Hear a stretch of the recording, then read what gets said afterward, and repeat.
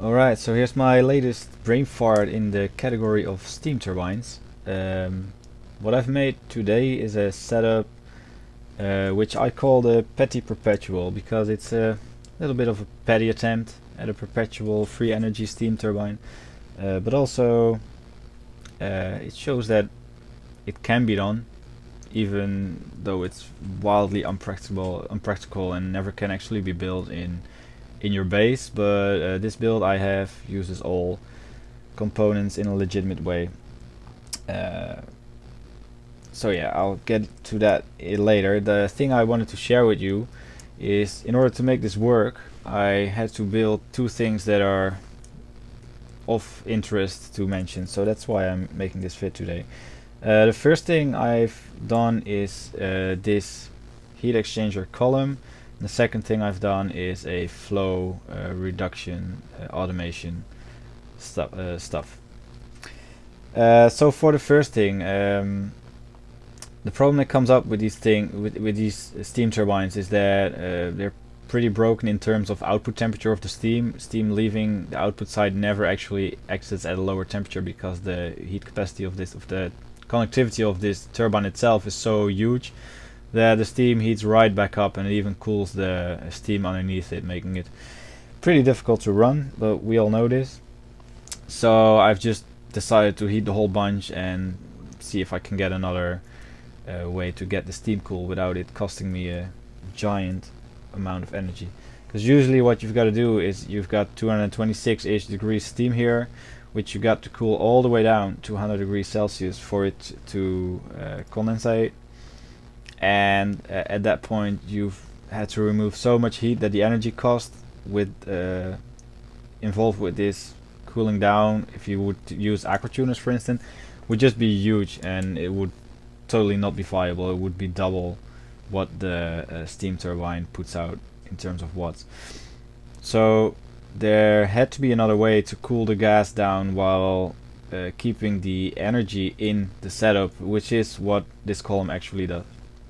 So it's kind of a heat exchanger, but not in the classical sense, because usually with a heat exchanger you put in one fluid and another fluid and you equalize their temperatures to a common average temperature. This setup actually swaps the temperatures of the hot steam to the new cold steam. So hot steam getting in here at 200-ish degrees, travels down the column, comes out at 108 right now. That bit gets condensated and then reintroduced into the system here at 105, and this travels along the column and gets out at 216. So the reason that this works is that the heat exchangers are built in stages and that the flow directions are opposite to each other. So this gradually cools as it goes here through this, and the bottom part gradually warms up as it goes back to the bottom of the turbine. And yeah, so these individual parts are the actual heat exchangers where the temperature is being averaged, but because it's a cascaded system you get gradually lower, etc. until you're here.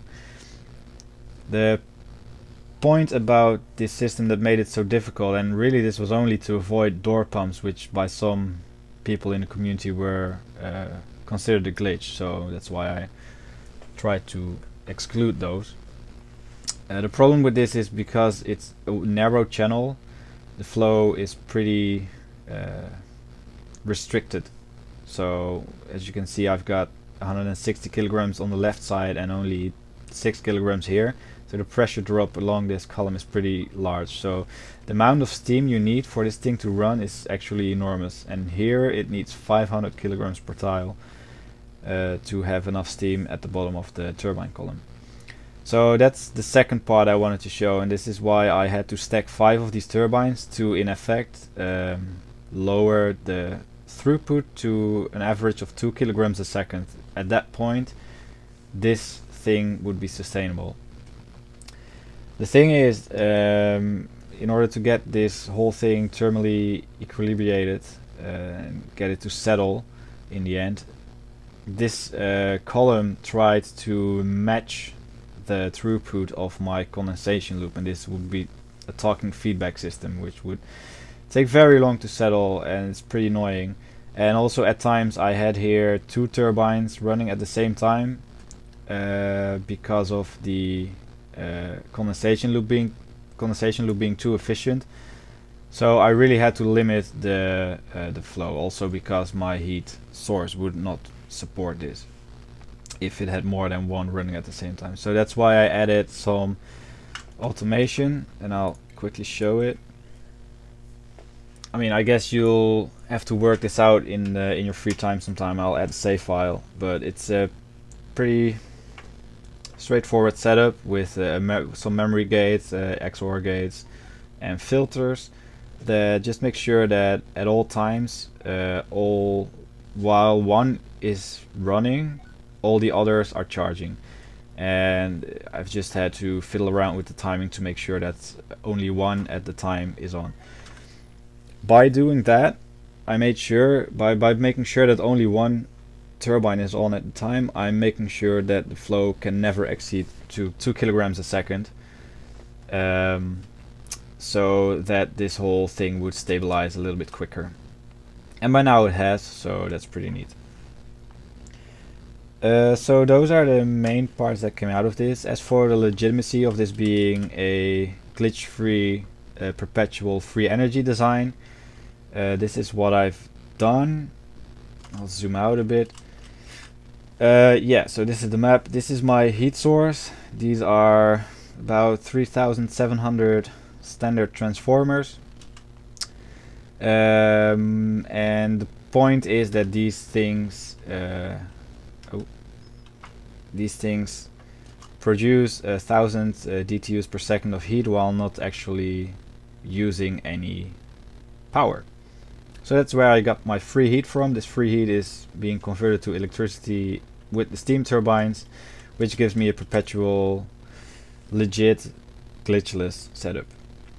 I'll show you the legitimacy of it. So, okay, the turbines connect to the batteries connect to one transformer that charges the whole transformer grid. These are all linked to each other, so they're all actually doing something.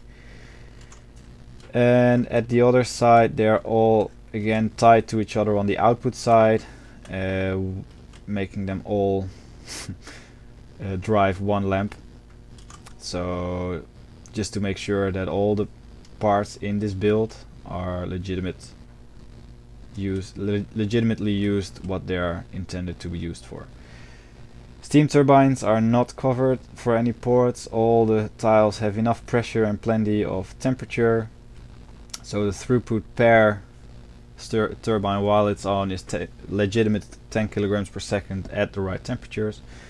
No door pumps, legitimate condensation circuit, and the power it needs to run is less than 2000 at all times. So I've got one aqua tuner here, that's 1200 watts. I've got 3 pumps which sometimes run together, and that's 3 times 240. Then you're at a total of 1900 something, and this aqua tuner actually never runs. And well, let's not forget the 8 watt lamp. That's important too. Yeah, wildly unviable to build in any base, but just to show that it can be done as a neat little proof of concept. But it spawned some 2 nice features, I think, so I hope you enjoyed those. Now I'll just leave you with a little time lapse of this setup running for a few cycles to show it's perpetual, and then all that rests me to say is thank you for watching and see you next time. Bye bye.